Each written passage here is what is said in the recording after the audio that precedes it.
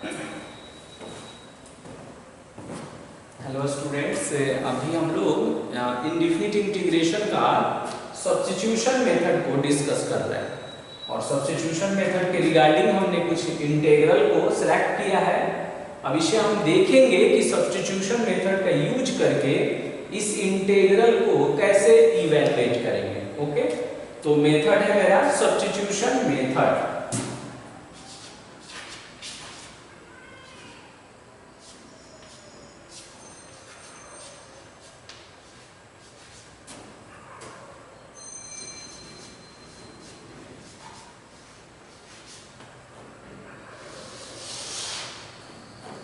Substitution method, और substitution method से अगर इस इंटीग्रल को हम इवैल्यूएट करते हैं तो इसका मीनिंग ये भी नहीं होता है कि सिर्फ हम सब्स्टिट्यूशन मेथड से ही इसे इवैल्यूएट कर सकते हैं। ऐसा भी पॉसिबल है कि इसे हम किसी अदर मेथड से भी इवैल्यूएट कर पाएं। अभी क्वेश्चन नंबर 1 का डिस्कस करेंगे। क्वेश्चन नंबर 1 में एक इंटीग्रल है e to the power x 1 plus x sine square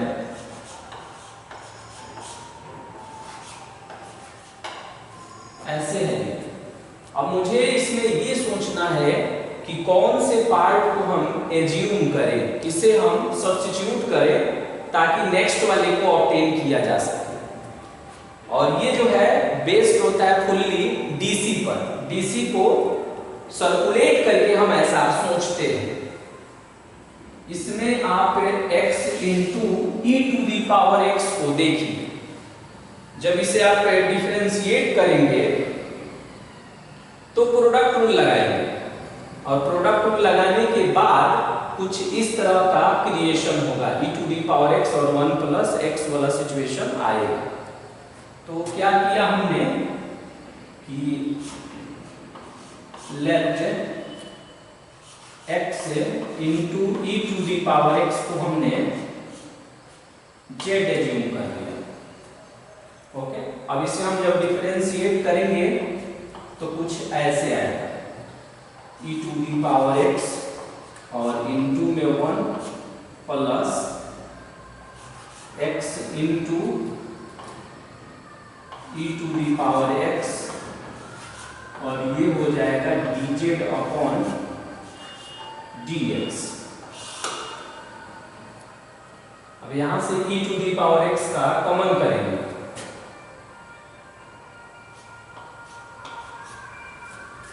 तो e to the power x का जब हम कॉमन बना लेंगे, या यूं कहें कि dx का वैल्यू कैलकुलेट करिए यहां से, तो dx की वैल्यू जब कैलकुलेट करेंगे तो ये आएगा dz और अपॉन ये जो है जाकर उधर डिवाइड करेगा और कॉमन भी बना लेते हैं तो e to the power x और ऐसे आएगा। उसके बाद हम इंटीग्रल को कुछ ऐसे ऑब्टेन करेंगे, capital I is equal to तो e to the power x और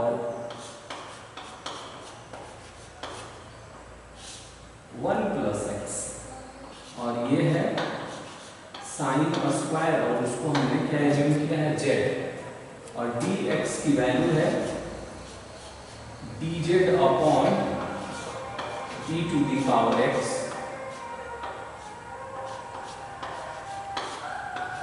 1 प्लस x। ये कैंसिल हो जाएगा। साइन स्क्वायर को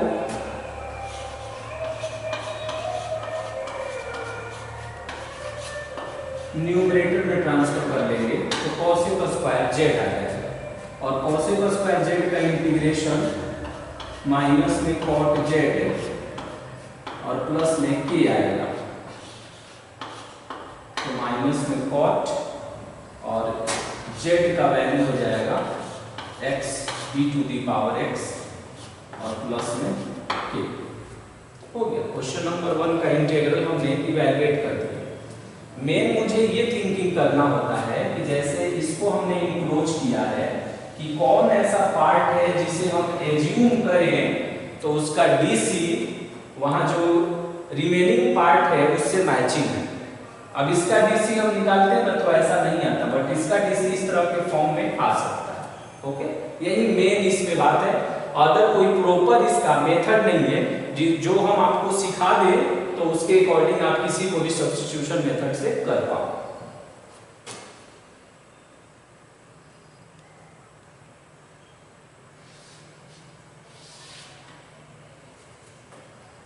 क्वेश्चन नंबर 2 देख रहे हैं। तो क्वेश्चन नंबर 2 का इंटीग्रल है ये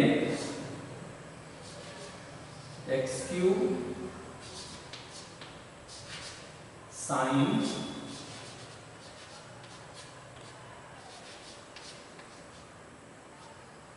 tan inverse x to the power 4 और अपॉन में 1 plus x to the power 8 dx।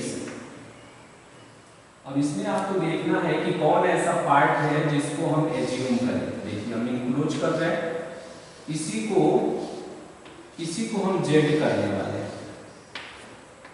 इसी को हम z एज्यूम करने वाले हैं। क्यों ऐसा करेंगे, अभी इसका जब हम डिफरेंशिएट करेंगे जब इसे ना, तो तुरंत आप देख पाएंगे कि बाकी रिजल्ट से इसकी मैचिंग है। तो क्या किया हमने कि let tan inverse x to the power 4 को हमने z एज्यूम किया। अब इसका डीसी निकालिए, तो 1 अपॉन 1 प्लस x स्क्वायर और x टू दी पावर 4 का निकालेंगे तो ये आएगा 4x³ और ये dz अपॉन dx आएगा। अब यहां से dx की वैल्यू कैलकुलेट करेंगे तो ये आ जाएगा 1 plus x to the power 8 dz और अपॉन में हो जाएगा 4x³।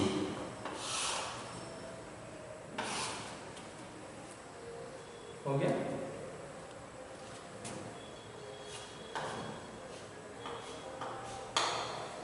अब ये कैपिटल I हो जाएगा कुछ ऐसे x³ साइन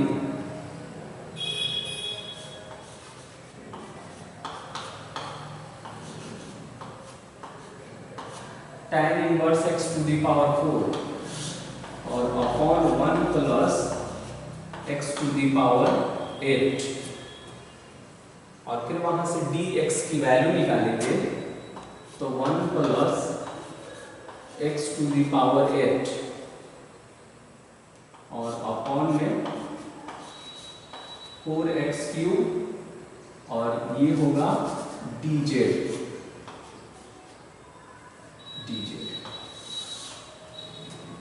अब देखेंगे कोई कैंसिल होगा, इससे ये कैंसिल हो जाएगा, इससे ये कैंसिल हो जाएगा।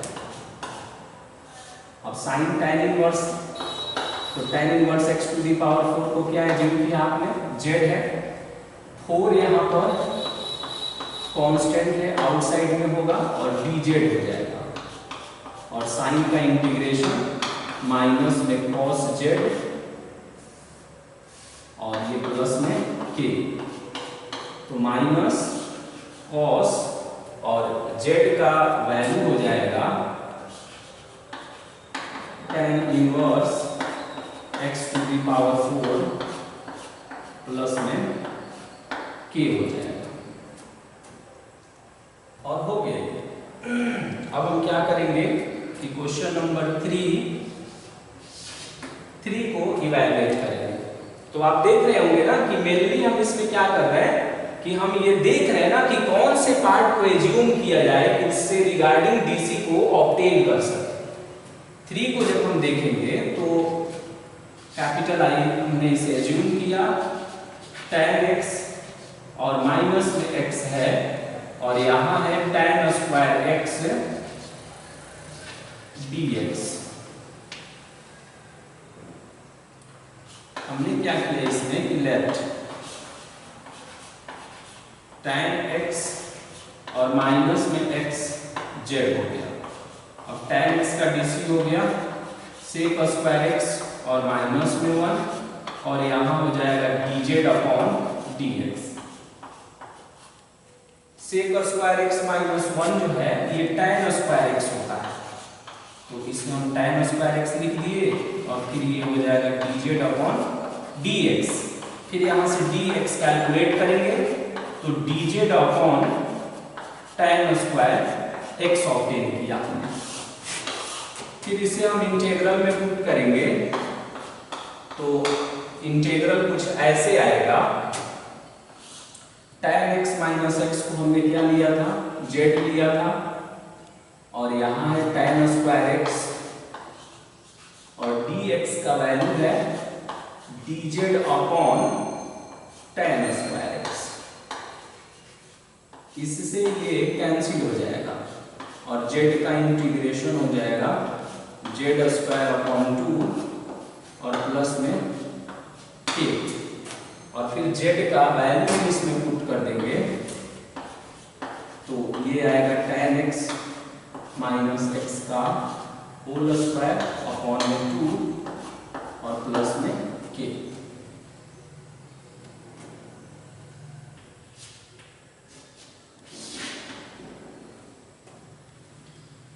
अब हम 4 को देखेंगे तो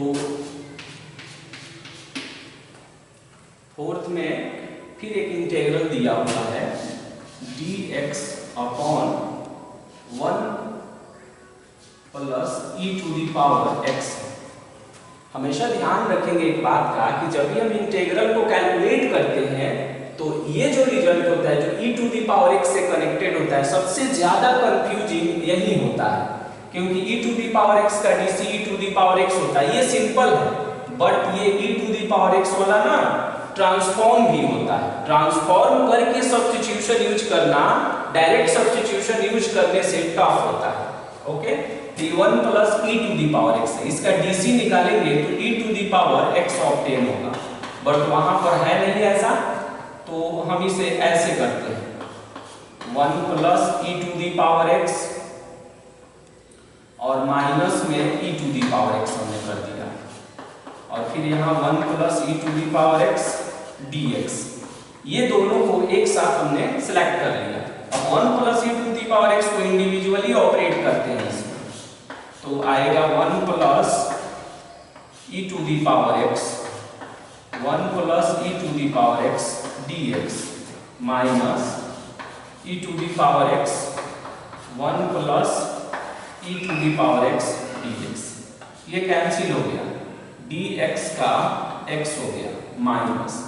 अब इसका dc निकालेंगे 1 plus e to the power x का, तो 1 e to the power x हो जाएगा, तो डायरेक्ट हम इसे यूज कर देंगे log 1 plus e to the power x, क्योंकि ऐसा इंटीग्रल हमने पढ़ा है कि इसका dc हर वाले का dc अगर अंश में मौजूद रहे तो log हम इनवाइट कर सकते हैं। एक और बात इसमें हम आपको बता दें कि ठीक है इसका dc यहाँ प्रेजेंट है, तो हमने क्या किया log को इनवाइट कर दिया। इसे ना सब्स्टिट्यूशन मेथड में भी सब्स्टिट्यूशन मेथड का यूज करके भी लिखा जाता है, रिजल्ट वही ऑब्टेन होता है, बट कहा जाता है कि ये सब्स्टिट्यूशन मेथड। ऐसे हमने क्या किया इसमें कि लेट किया, let 1 plus e to the power x को हमने t मान लिया। अब यहां से जब हम निकालेंगे तो dx का वैल्यू देखेंगे कि आएगा dt upon e to the power x आएगा, और इससे देखेंगे इंटीग्रल में क्या होगा कि e to the power x और इसको हमने t एज्यूम किया, और ये dt और e to the power x ये कैंसिल हो गया, और dt अपॉन t का हो जाएगा log t, और फिर हम t का वैल्यू यहाँ से पुट कर देंगे, t का वैल्यू ये पुट कर देंगे तो फिर यही आएगा। तो हम ये सब्स्टिट्यूशन से जो हमने सोचा हम इसमें डायरेक्ट भी थिंकिंग कर सकते हैं, इसीलिए हमने पहले इसको डिस्कस कर चुके हैं प्रीवियस लेक्चर वीडियो में कि डिनोमिनेटर का DC अगर न्यूमरेटर में मौजूद रहे तो हम लॉग का यूज कर सकते हैं। ओके, तो वैसे डायरेक्ट भी सोच सकते हैं या इस तरह से भी आप सोच सकते हैं। ये डायरेक्टली ऐसे सोचिए इसका DC अगर यहाँ मौजूद है तो लॉग इनवाइट होता है। और फिफ्थ इंटीग्रल को हम देखते हैं।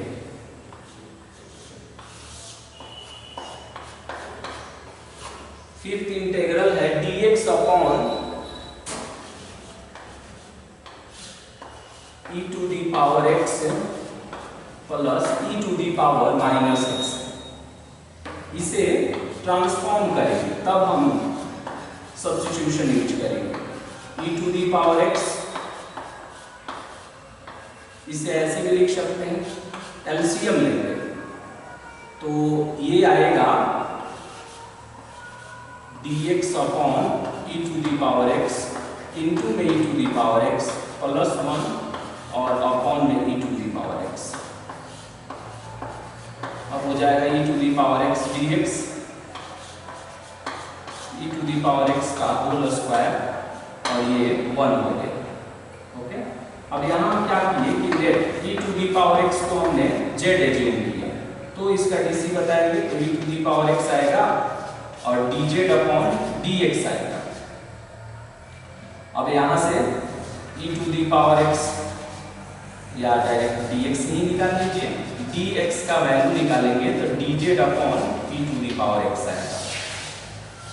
ओके, इसे हम सब्स्टिट्यूट करेंगे वहां, तो सब्स्टिट्यूट करेंगे तो क्या होगा e to the power x है dx है e to the power x और इसको हमने z बना है तो z स्क्वायर प्लस 1 और dx की value dz upon e to the power x। ये कैंसिल हो गया और ये हो गया फाइनली tan इनवर्स z और प्लस में k। और इस तरह हमने फिफ्थ इंटीग्रल को भी फाइंड कर लिया।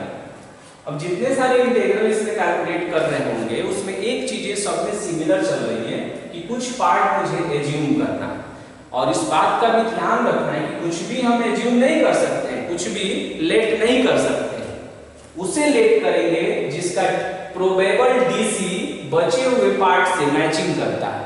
जैसे tan inverse x to the power 4 है, इसका DC बचा हुआ जो फंक्शन है, जैसे एक है, देखिए यहाँ 3 वैरायटी है, देखिए एक x क्यूब है और एक है आपका ये 2 पार्ट है।